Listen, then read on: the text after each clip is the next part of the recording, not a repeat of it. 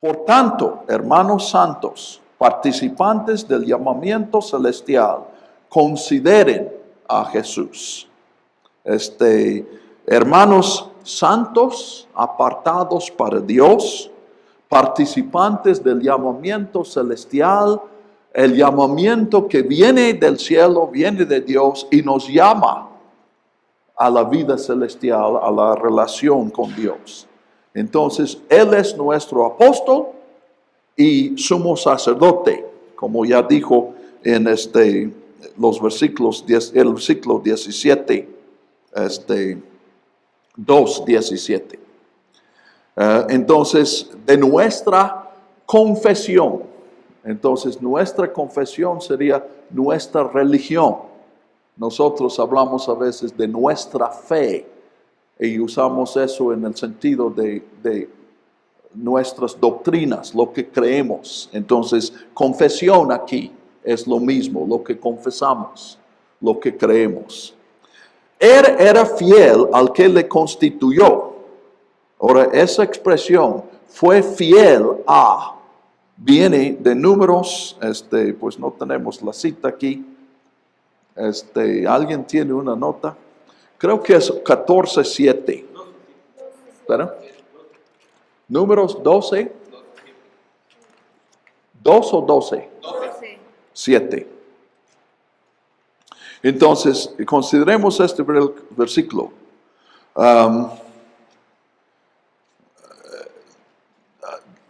Dice el 6, Dios habla,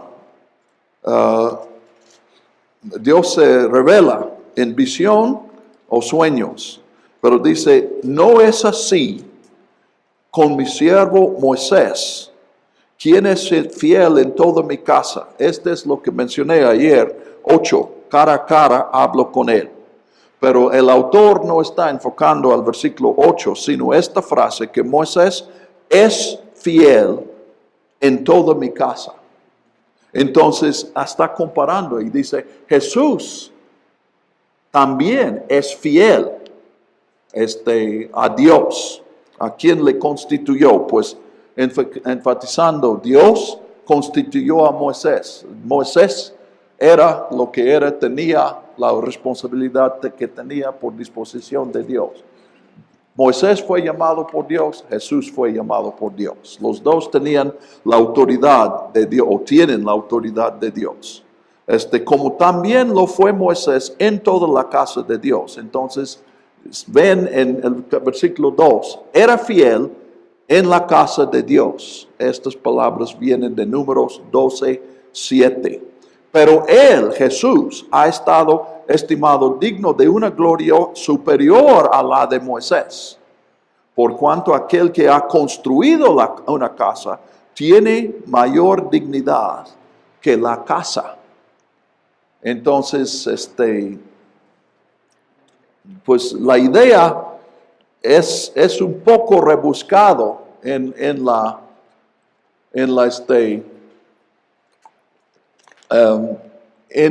lógica, la comparación, porque una casa, pues cuando reconocemos una gran, no sé si conocen el museo de Sumaya o Sumaya en México, ¿no han visitado?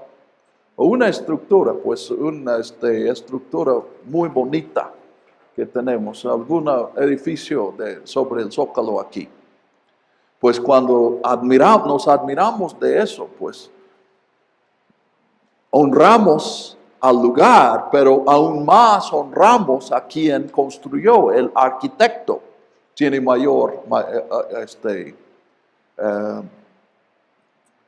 mayor dignidad. Entonces, ya estoy luchando para conectar eso, porque el autor sí está pensando de una manera rebuscada. Pero él está diciendo, bueno, Números dice, Moisés sirvió a Dios en la casa de Dios. Entonces, Moisés es parte de la construcción. Sí entendemos que casa de Dios ahí no es un edificio, es la familia que vive ahí, pero él está tomando esos dos como equivalente. Pero dice, Jesús no está en la casa, Jesús no es parte de la casa. Él es el que construyó.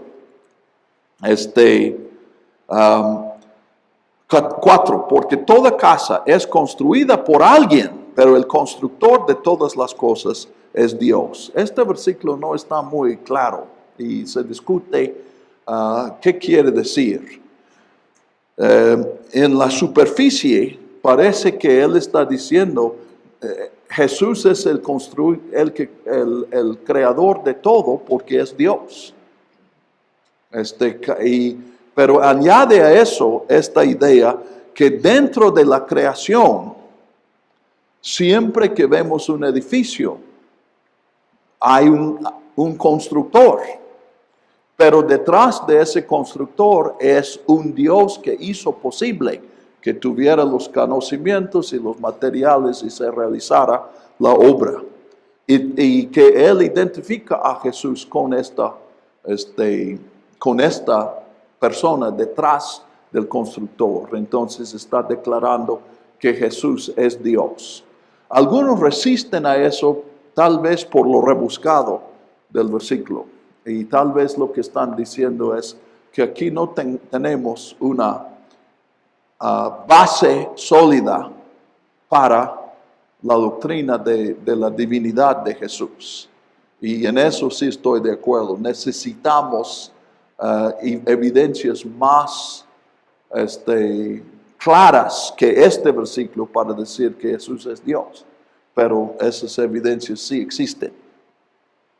Entonces, a lo mejor los estoy confundiendo, pero yo leí todas esas discusiones y diferentes opiniones y tengo que externar que lo leí. Si les sirve o no les sirve. 5. Moisés fue fiel como siervo en toda la casa de Dios para dar testimonio de lo que se había de decir después.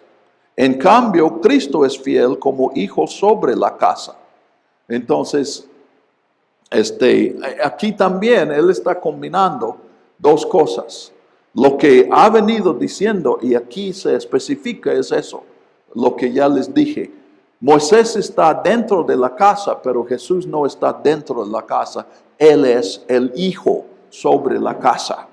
Aquí debemos pensar en una casa como era la cultura de aquel día. Hubo muchas casas donde había la familia, pero también siervos.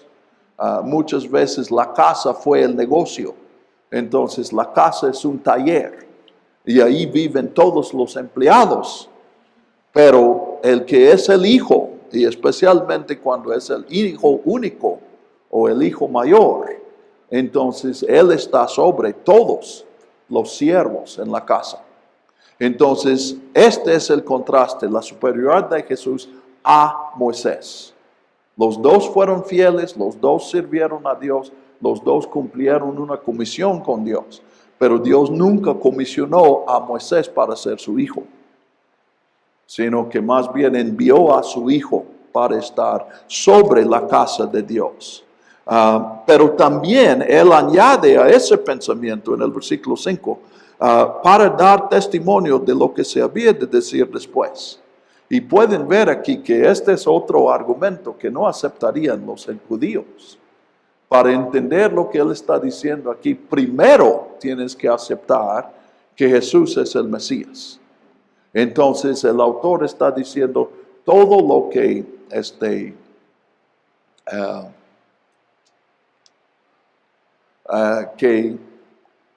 que viene antes en el Antiguo Testamento está mirando hacia la consumación, el fin de los días, y el fin de los días llega con Jesús. Entonces el autor ya está viendo algo que vemos en Pablo expresado de otra manera, pero que cuando Dios dio la ley a Moisés, Dios no estaba estableciendo una estructura para una vida permanente. El pacto del Antiguo Testamento y las reglas y todo eso es temporal. Mira hacia adelante a algo que venga después. Y ese algo es Jesucristo. Ahora, esta idea vamos a ver más claramente mientras avanzamos en Hebreos. Pero quiero recalcar la idea en este momento porque a mí significa mucho. Aquí también pueden ver que yo estoy viendo mi carácter en la Biblia. Pero yo creo que Dios me ha encargado eso.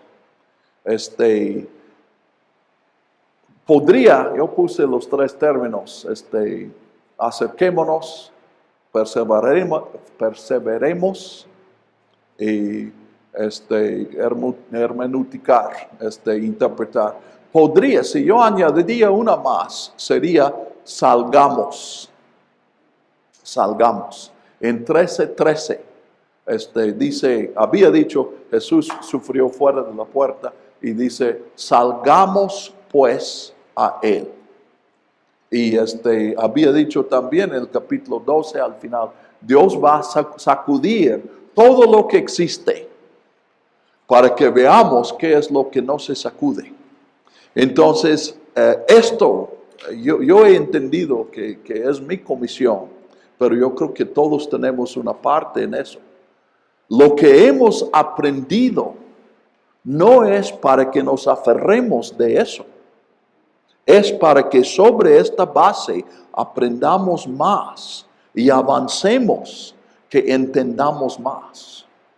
Ahora, pueden ver aquí que esta es una lucha que siempre se tiene en la sociedad humana. Siempre hay los que dicen, hay que preservar lo del pasado. Y otros que dicen, lo del pasado ya no sirve. Tenemos que hacer otra cosa. Ahora, como suele suceder, hay algo de verdad en los dos lados. Pero si preservamos, la única manera de preservar lo pasado es cambiarlo. O sea, hacer lo nuevo para que quepa en lo nuevo. Y eso, aquí estoy hablando de la humanidad, sociología o antropología. Así es la vida. No es una opción continuar. El respeto al idioma español no es hablar como leemos en Cervantes. De hecho, no podemos hablar el español del siglo XVI. Y si lo hiciéramos, lo que hablaríamos sería una parodia de su idioma, no sería una reproducción de su idioma. Entonces, lo pasado pasó y lo nuevo viene. No hay opción en eso. El autor de Hebreos entendió eso, y eso es curioso porque ese no es un pensamiento platónico. Platón no pensaba eso. Eso de progreso y avance para Platón es una perversión. La verdad es estable, es fija, es estática. Pero Hebreos no dice eso. Él está diciendo aquí y lo aplica al Antiguo Testamento. Está viendo que la revelación de Dios es para que progresemos. Y yo quiero aplicar eso a nosotros. Ustedes evalúen, pero mi entendimiento es que nuestra decisión es un poco distinto. Moisés, el autor de Hebreos, y finalmente todos los cristianos, entendieron la escritura ya no es la que era antes. Y la decisión de la iglesia finalmente fue preservar las escrituras de los judíos. Y le dimos el nombre, el Antiguo Pacto, el Antiguo Testamento. Pero hay que añadir otras escrituras, el Nuevo Testamento. Ahora, yo entiendo que en nuestro día ya no llegamos a esa conclusión. Yo creo que sería incorrecta la conclusión hoy de decir faltan más escritos.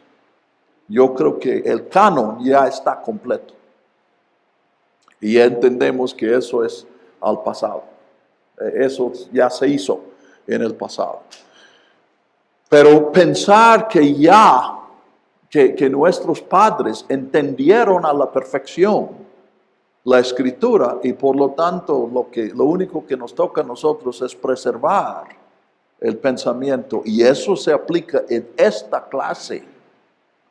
Las conclusiones que hoy te parecen tan avanzadas o probablemente piensas rebasadas de la verdad, finalmente no es simplemente que tú pienses como yo piense, sino que eso tomes como una base y tú hagas cuando menos la aplicación a tu propia vida. Y cuando estamos todos haciendo eso, aplicando a nuestra vida, bueno, entonces se produce algo nuevo. Entonces siempre tenemos que salgamos. Ahora, un hecho que todavía no hemos llegado, pero relacionado con eso. Si leyeras Hebreos, no tendrías ninguna sugerencia de que existía un templo. ¿Saben eso? Hebreos nunca menciona el templo.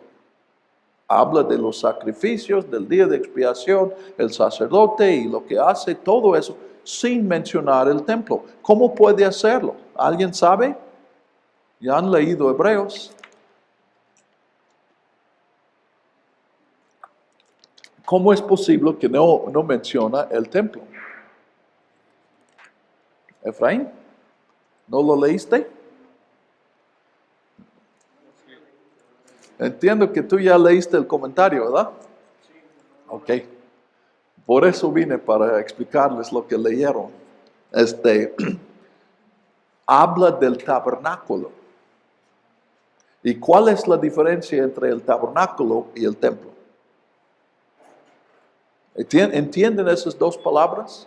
¿Quiere decir lo mismo, Betsabe? Bueno, el templo se supone que era una estructura sólida, ya construida, de lo que leí. Bueno, el tabernáculo es una estructura, pero que podía moverse. Exacto. Y el tabernáculo, el templo ya estaba fijo. Ajá. Es la diferencia entre una tienda. El tabernáculo es una tienda y el templo es un edificio. Ahora, caray, yo no sé qué tanto decirles porque tengo tanto de decirles. Hay una relación con Esteban. Esteban presenta en Hechos 7 que construir un templo no fue la voluntad de Dios.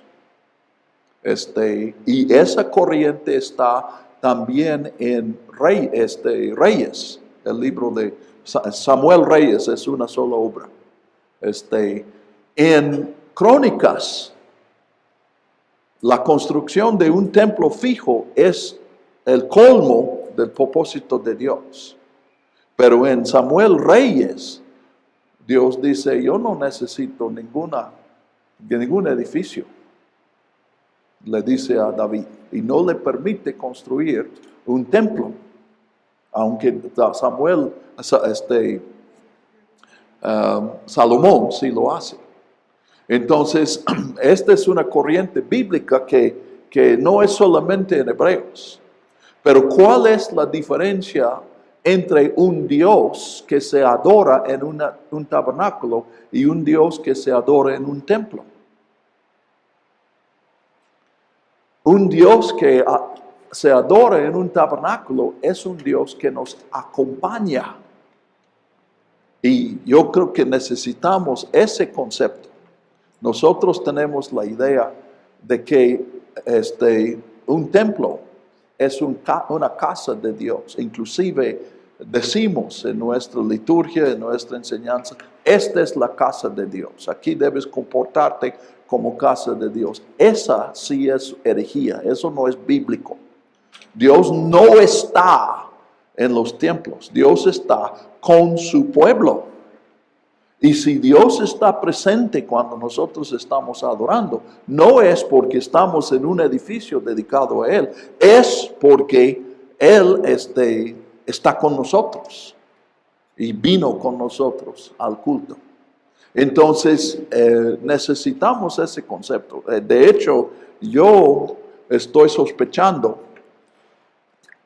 que un paso que sería correcto en nuestro seguimiento de Dios sería crear toda una cultura de iglesias sin edificios.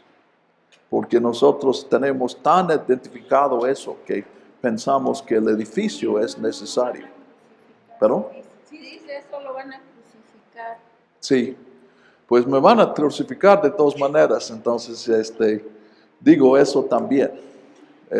Nosotros, mi iglesia, yo vi eso hace años y yo dije porque mi iglesia, algunos de ustedes conocen la historia, éramos 30 y luego 20 y luego 10, Mac, ¿te acuerdas cuántos éramos hace 2 años?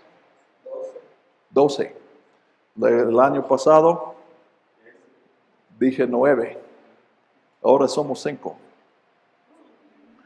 Y con 5 ya no podemos sostener el templo. Éramos 7 y nos dimos cuenta, pues ya no estamos. O sea, la opción era despedir al pastor o vender el edificio. Y yo opté por vender el edificio. De los 7, una pareja, le dije, ¿ustedes van con nosotros? Y dijeron, no, nosotros vamos a buscar una iglesia genuina. Entonces, esta idea de que una iglesia genuina es una iglesia que tenga edificio. De hecho, ha sido, en algunas mentes todavía, pero hubo un tiempo en que eso fue formal. Los bautistas tenían la regla, mientras no tiene un edificio propio y un pastor de tiempo completo, es misión. Entonces se enseñaba que lo que hace una iglesia es el edificio. Hermanos, la Biblia jamás de los jamases dice eso. Sí dice lo opuesto. Entonces necesitamos desarrancar eso. Y me gustaría que Dios bendijera mi obra y que podamos mostrar que somos una iglesia. Estamos intentando eso. Tenemos un ministerio, celebramos la cena del Señor, cantamos. No estamos reuniéndonos para un estudio, estamos reuniéndonos para adorar a Dios, para ser iglesia. Y Dios sigue humillándome. Yo sospecho que, pues, tiene que venir alguna vez, si he venido y he dicho ya somos 12, y he dicho ya somos 9, ya somos 5, entonces algún día ya no va a estar bajando, porque no creo que podamos ser menos que 0. O probablemente ni siquiera menos de 1, porque si son menos de 1, pues yo no estoy en la iglesia y no es mi iglesia. Pero Dios está trabajando para humillarme. A lo que voy es que debemos entender que ver a Dios es un peregrinaje, que debemos estar viajando. No vamos donde está Dios o Jesús y nos sentamos allí, sino que lo seguimos y Él nos está llevando adelante. Eso en cuanto a salir al mundo para proclamar a Jesús, y doy gracias a Dios por la creciente conciencia entre los bautistas de México de que nosotros, aunque somos pocos en México, hay que enviar misioneros a otras partes también. Eso no es lógico. la lógica sería alcanzar a los que están cerca y luego ir lejos. Pero aquí el seguimiento de Dios es que debemos tener una visión mundial. Doy gracias a Dios por eso. Pero yo entiendo que eso se aplica también a la doctrina. Que nosotros debemos estar constantemente comparando nuestra doctrina con lo que realmente dice la Biblia. Y algunos de ustedes ya me conocen a mí hace un solo día. Y ya pueden dar fe de que yo me he dedicado a esa tarea de cuestionar todo. Y realmente, en contraste con eso, sí hay una idea, y eso es arraigado en nosotros, ese es humano, pero tenemos esta idea, que si comenzamos a cuestionar, entonces ese es un paso hacia abandonar. Pero yo creo que la verdad es la verdad porque Dios la revela y porque Dios nos convence.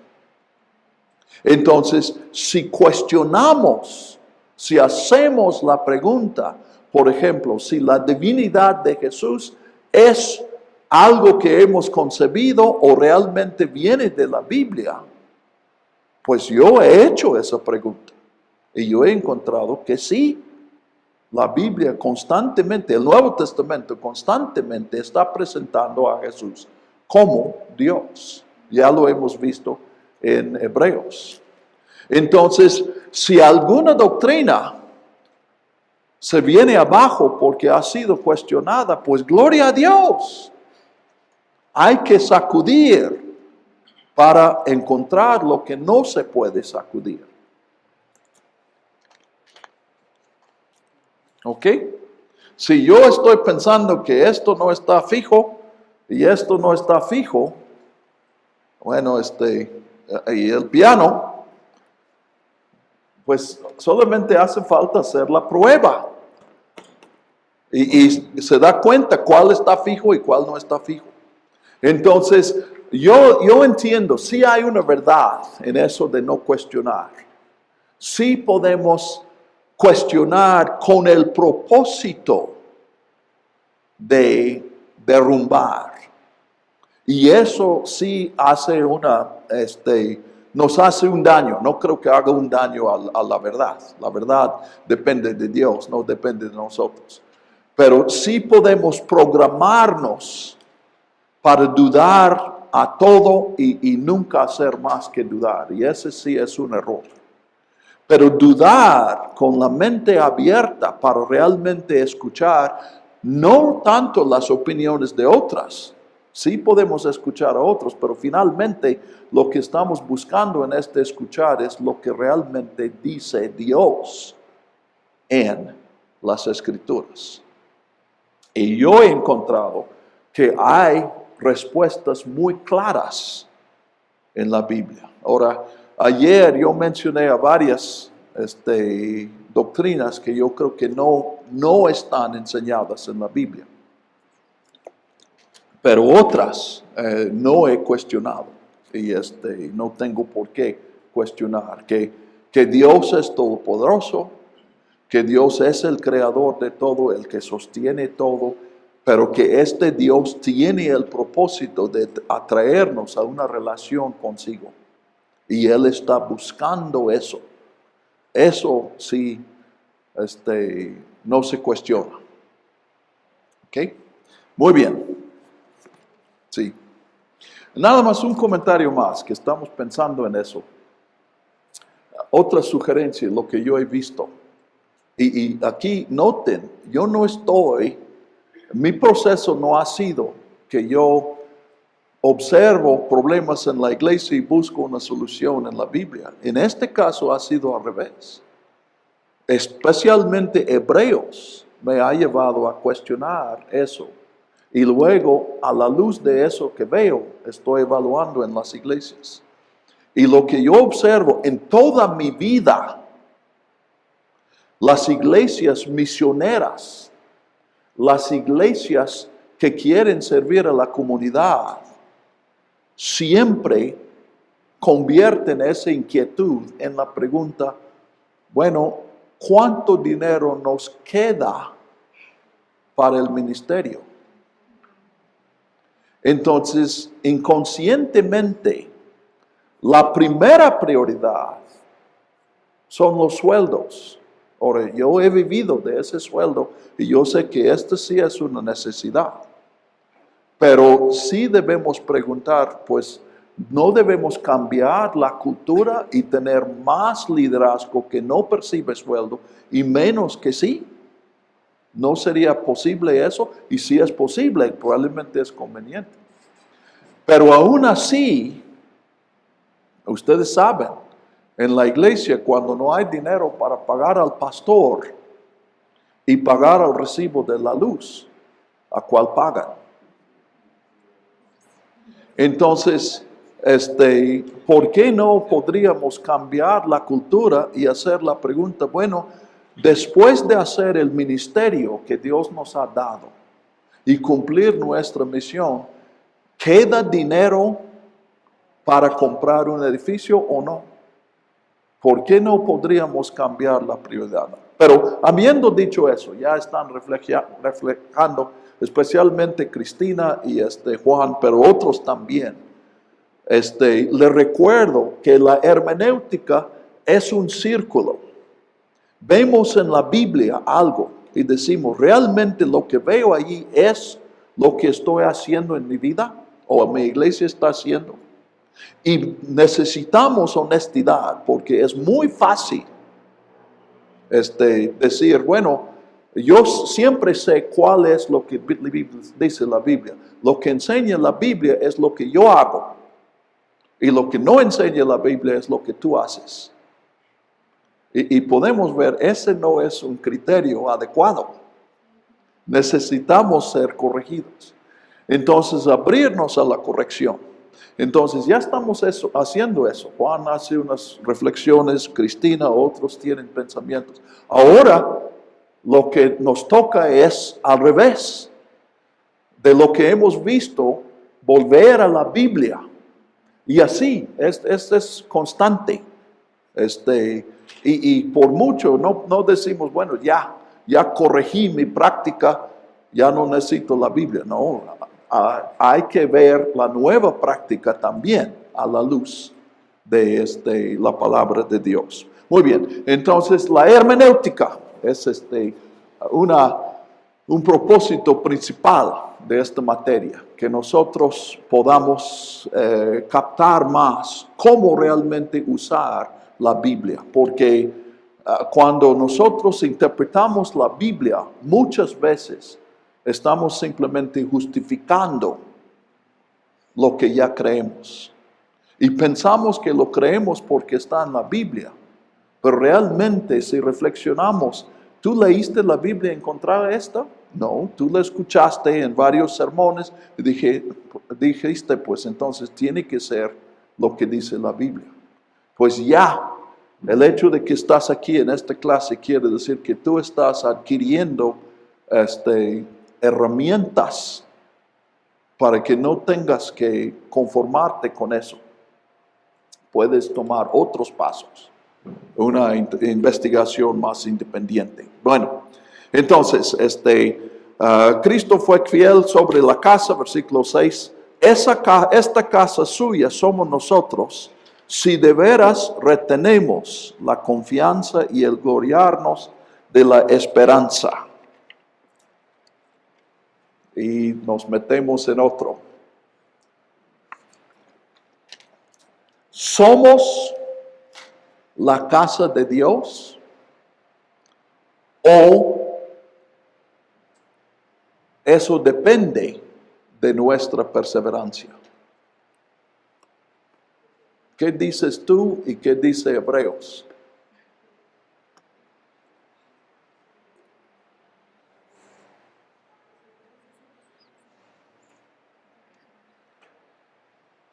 A ver quién me puede contestar aquí. No ha hablado. Pues esto viene siendo como la salvación, cuando hay veces entra una confusión y unos dicen que se pierde, y entonces dice, pero ¿cómo se va a perder si ya te la dio? Y entonces aquí de lo mismo de la casa dice que nosotros somos la casa, pero si perseveramos en la casa. Ajá. Esto nos quiere más que nada dar de entender que si realmente somos casa de Dios, vamos a permanecer. Y hay veces muchos de nosotros pensamos que sí somos casa de Dios, pero al mismo tiempo no permanecemos. Entonces ahí, digamos, pues al mismo tiempo nos damos cuenta pues, que no somos casa de Dios y no permanecemos. A ver. Entonces, ¿quiénes son convertidos? Los que perseveran. Si uno acepta a Cristo y participa, ministra en la iglesia y luego abandona la iglesia y regresa al mundo, ¿pierde su salvación? ¿Qué dice Juan? Yo lo que digo es que aquí la Biblia dice que claro que sí podemos caer, tal vez hasta puede haber un periodo en que estamos en las tinieblas, pero también así como lo dice la Biblia, creo que en Gálatas, cuando dice, bueno, si alguno ha caído, que abogado tenemos, pues. Entonces eso no significa que por regresar al mundo, tal vez en el ejemplo que pone también Hebreos aquí, donde dice, lo has hecho un poco menor que los ángeles, por un tiempo.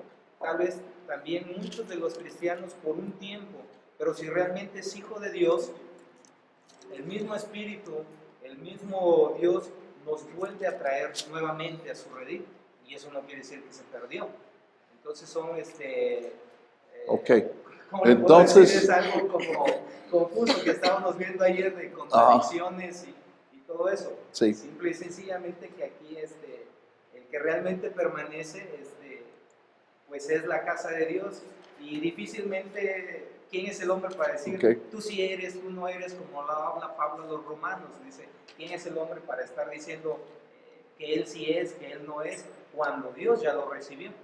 Ahora, cuando a mí se me hacen una pregunta muy sencilla y la respuesta es sí o es no, y hablo mucho para contestar, es porque no sé. Y escucho que tú usas muchas palabras para contestar la pregunta sin contestarla. Aunque uno que regresa al mundo pierde su salvación.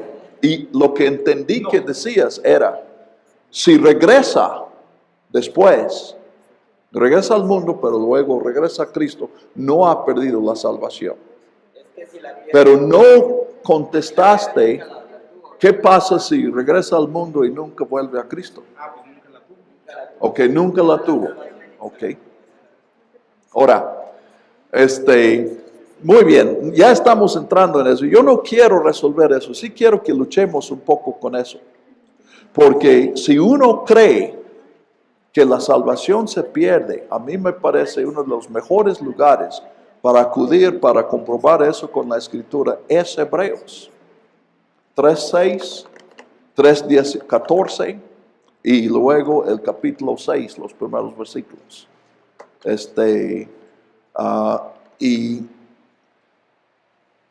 Ahora, pero ahorita yo no quiero resolver ese asunto.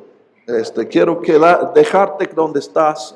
La verdad, yo tengo mucha simpatía con lo que está diciendo Juan. Pero al estudiar más, he llegado a la conclusión de que no sé. Y sospecho que Juan tampoco sabe. Pero a lo que voy es que este es otro ejemplo de tomar a la Escritura no para corregir lo que creo, sino para justificar lo que creo. Y aquí sí tenemos dos grupos. Entre los cristianos, yo no sé si hay más que creen en la perseverancia de los santos, de que uno que viene a Cristo, hay un cambio que es permanente en él. O si son más los cristianos que piensan que uno puede, pues si muere en un momento está bien, pero en otro momento ya está mal y así. Grupos, ¿cuáles son los grupos que creen lo segundo?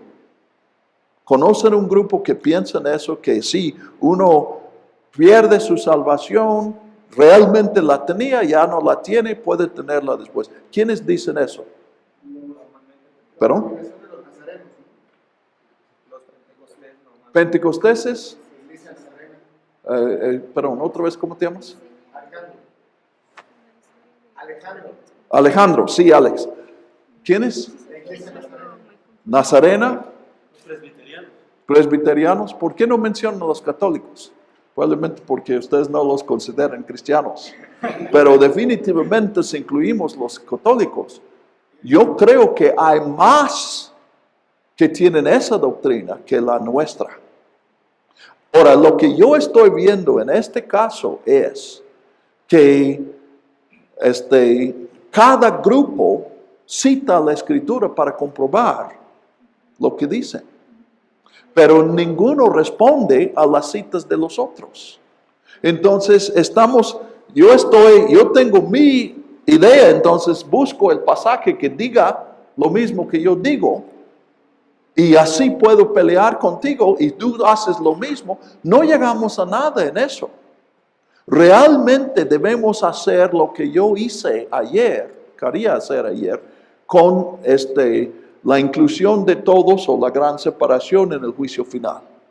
Debemos preguntar, ¿no hay una manera de tomar en serio todo lo que la Escritura dice? Y no usar Escritura para cancelar a otra Escritura. Y yo creo que los dos grupos estamos haciendo eso. Yo creo que los que hablan de la pérdida, del peligro, están hablando de algo que es real. Pero también yo no he dejado lo que me enseñaron, lo que en general los bautistas enseñan, que la salvación es permanente, es un cambio permanente. Entonces, en lugar de eso, no es para que nosotros digamos, ahora Juan, parece ser una solución, decir, es que nunca la tuvieron. En realidad, eso no es una solución, eso es usar la Escritura para juzgar a otros, en lugar de aplicarla a mi vida. Y lo digo no para corregirte a ti, lo que estoy diciendo es que yo me tuve que corregir a mí. Que yo pensaba, pues en realidad es muy semejante a lo que dijimos ayer. Muchos piensan que si somos cristianos, estamos obligados a creer que todos los que vivieron en América antes de 1500 y tantos están en el infierno. Y este es un malentendido de la Escritura muy profunda. Eso es entender que la Escritura está enseñando cosas que no está enseñando. Es lo que hacen los niños. Cuando la mamá dice, deja de pelear con tu hermano. Y dice, pero él me pegó primero. No estoy diciéndote lo que él debe hacer, estoy diciéndote lo que tú debes hacer. Entonces debemos tomar eso a nosotros y debemos decir, los católicos pertenecen a la salvación, les pertenece la salvación. La respuesta correcta es no sé. Los indígenas prehispánicos, no sé. Lo que sí sé es que Dios creó a esas personas para una relación con Él. Los creó para ser sus hijos. Lo que sí sé es que Dios los amó y los sigue amando y quiere que ellos estén reconciliados con Él. Y yo creo que ahí debemos poner un punto. Ahora, cuando yo digo eso, tú escuchas y dices, lo que está diciendo es que Dios tuvo otra manera de alcanzarles a ellos. No estoy diciendo eso, estoy diciendo que no sé. Pero lo que sé, sí sé. Y lo que no sé, no sé. Y constantemente confundamos esas dos cosas. Y hay que entender que hay un límite y identificar dónde está ese límite. Y definitivamente un lugar donde yo tengo la convicción que hay un límite es en eso de juzgar a otros. No hay ninguna base en la Biblia para que tú emites una opinión acerca del estado espiritual de otra persona. Es para aplicarte a ti. Ahora, yo sé que para Juan eso, yo no sé si te gusta o no, pero sí es un golpe. No estoy diciendo de que tú rechaces, pero sí es difícil escuchar eso. Es difícil para mí escuchar eso. Sí, ¿Ok? hermano, con respecto a eso, usted mismo lo dijo.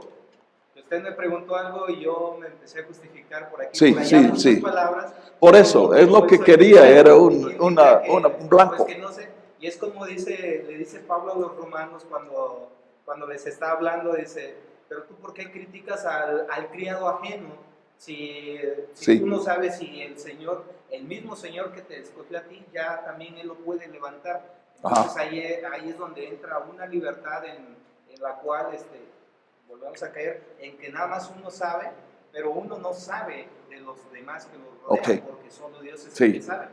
Pues andas muy bien, ya. El asunto personal es secundario, ese es solamente como ejemplo para todos. Pero te felicito en eso, ya. O sea, yo estoy diciendo, a mi juicio antes tomaste un paso en falso, ahora no, y ahora sí estás allí. Donde debes acudir es a Romanos 14, y estoy totalmente de acuerdo. Y quiero aplicar eso a mi vida. Y como maestro, porque ustedes me han permitido el privilegio de ser por unos días su maestro, quiero sugerirles que tomen ese paso también.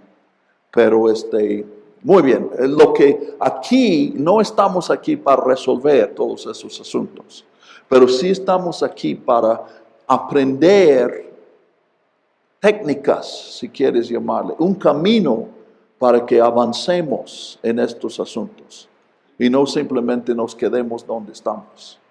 ¿Ok? Muy bien. Y tú decidirás si en algo el camino es acercarte a donde estoy yo. Puede ser que tú decides que sí, puede ser que otro decide que no en este caso, pero sí en otro. Muy bien. Entonces, pero aquí sí está esa condición y yo quiero tener una doctrina que respete las dos cosas que yo creo que la Biblia dice. Y finalmente no es ni siquiera es un criterio para que yo sepa dónde estoy yo. Lo que dijo Juan, no tenemos base para juzgar a otros y tú lo apoyaste con la escritura. Finalmente eso se aplica a uno mismo. No es, esas doctrinas no son para que yo están para que yo descubra dónde estoy yo. Realmente lo que está diciendo es, si dependes de ti mismo, estás perdido.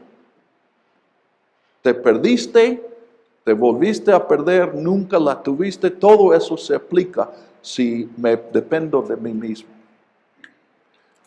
La única esperanza es depender de Dios. No solamente en el momento de la conversión, sino en cada momento después de eso. Hoy también tengo que convertirme, abandonar mi confianza en mí mismo y confiar solamente en Dios.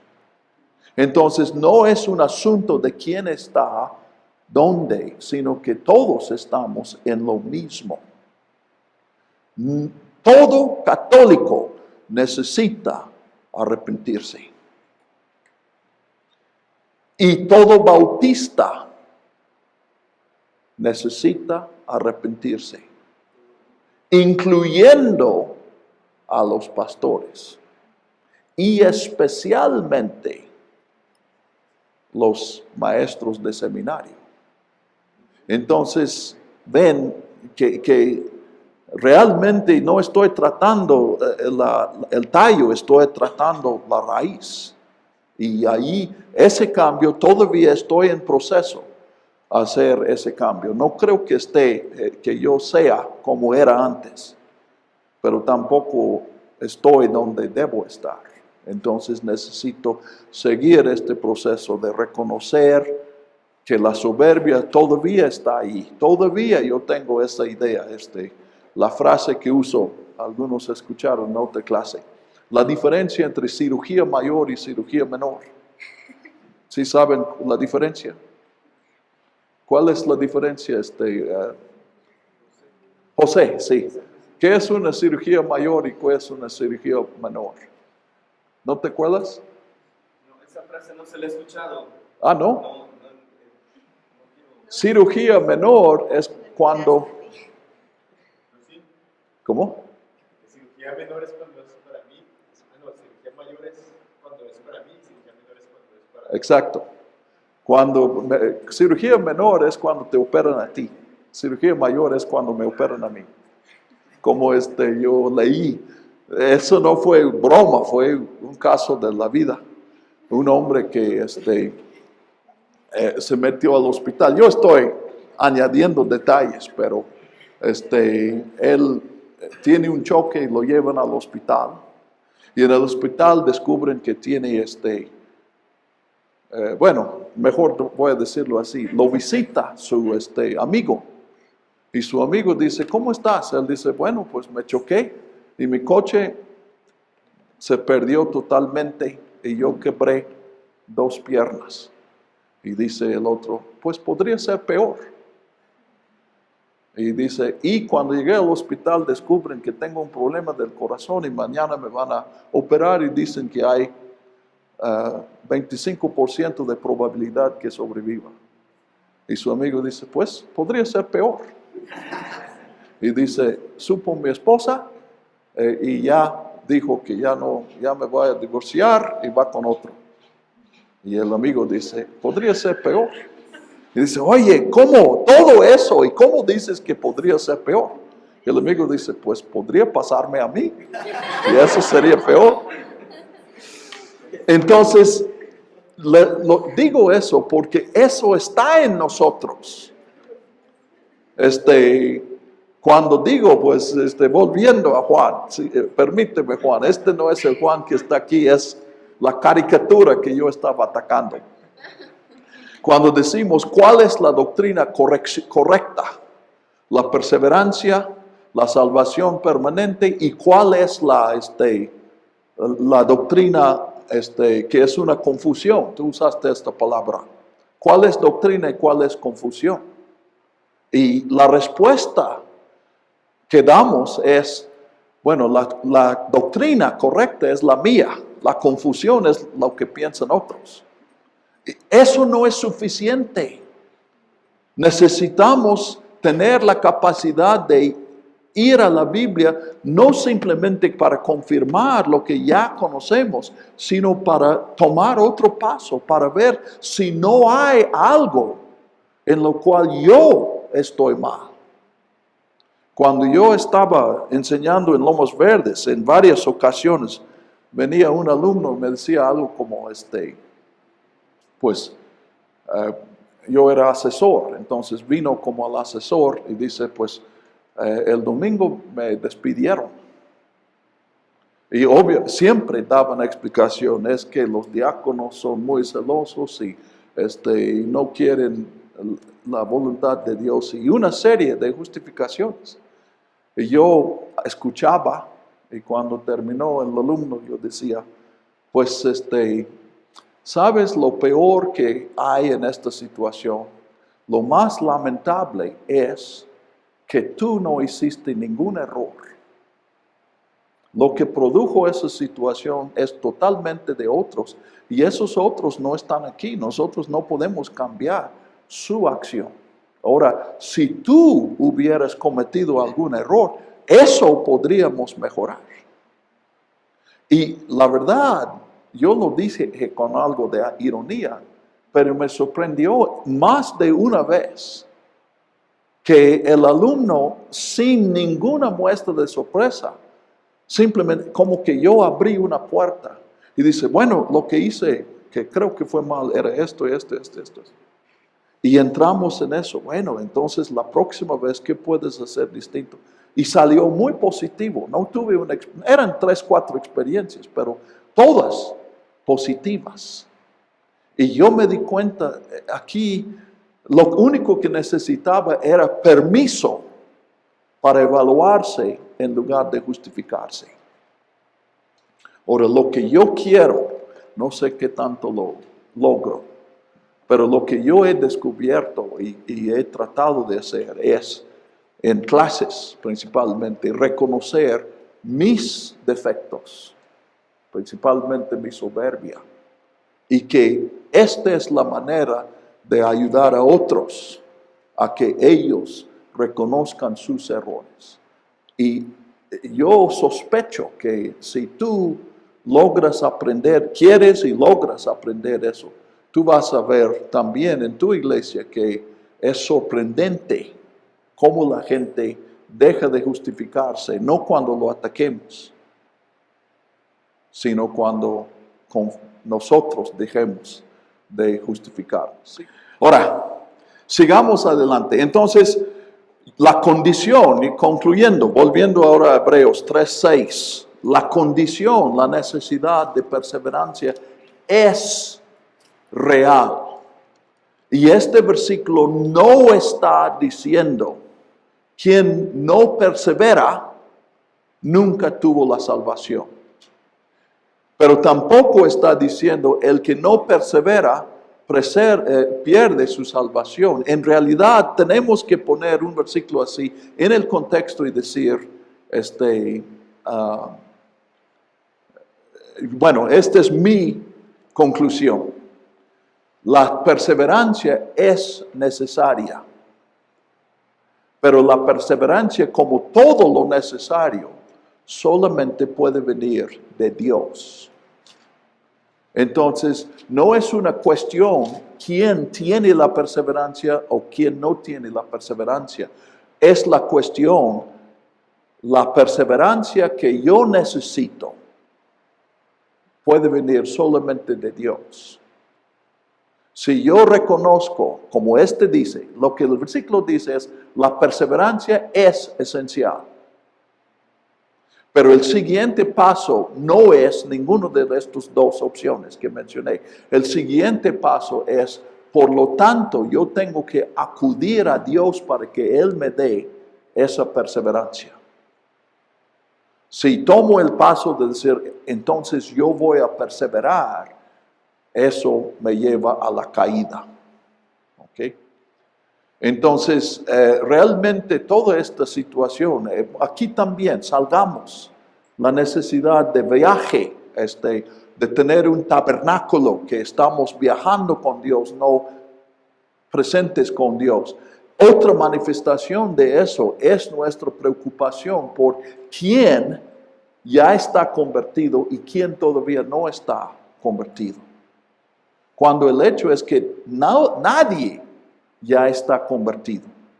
A todos nos falta.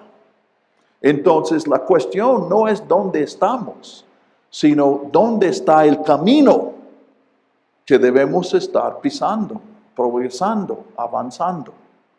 Y ese camino es dependencia de Dios, es servir el propósito de Dios, es arrepentirnos de lo que hay que arrepentirnos. Entonces, yo creo que probablemente la línea que nosotros definimos entre los inconversos y los conversos, yo sospecho que esa línea no existe. Es otra cosa que he estudiado lo suficiente para saber que no sé. Pero sospecho que esta línea no existe. Hay personas que están más cerca de Dios y hay personas que están más lejos de Dios. Pero aquí también estamos hablando de personas que fueron creadas para vida eterna. Entonces, si tú estás Bueno, si yo estoy, tú y yo, si yo estoy en las afueras de Oaxaca, pero en el camino hacia México, y tú estás en las afueras de México, pero del otro lado de la carretera, hacia Oaxaca, quien va a estar en Oaxaca eres tú, no yo. Puede ser por muchos años que yo estoy más cerca que ti, pero si no me estoy avanzando, entonces finalmente yo voy a quedar fuera y tú dentro. Entonces la diferencia es en el futuro, no es ahora. Y eso tiene una aplicación muy práctica. Nuestro ministerio no es determinar dónde está la gente. La tarea es ayudarles a que de donde están se acerquen a Dios, invitarles a acercarse a Cristo, ayudarles a acercarse a Cristo, animarles a acercarse a Cristo. Entonces, no importa qué tan lejos están, van a llegar, porque Dios sí tiene todo el tiempo que existe para llevarnos a Él.